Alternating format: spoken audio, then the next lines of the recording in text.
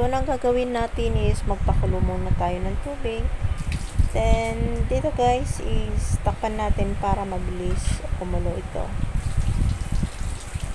Then, saka natin ilagay yung isda. Bali, lininisan ko na ito. Then, takpan natin ulit siya. Buksan natin pag sobrang init na ng tubig. Saka natin ilagay yung sibuyas. Saka yung hinati na saging saba.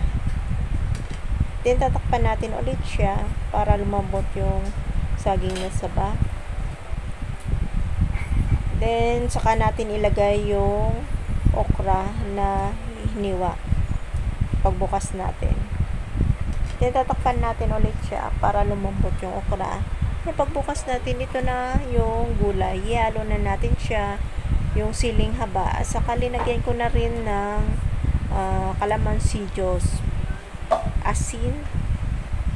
Bali guys, yung kalamansi, ginamit ko siya 3. Tapos, kinuha ko yung juice niya.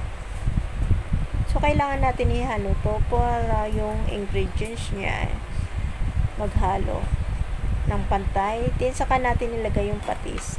Then, ihalo natin ito. So, ingat-ingat dito guys yung paghalo kasi baka masira yung isda. So, that's it for today's. Bye!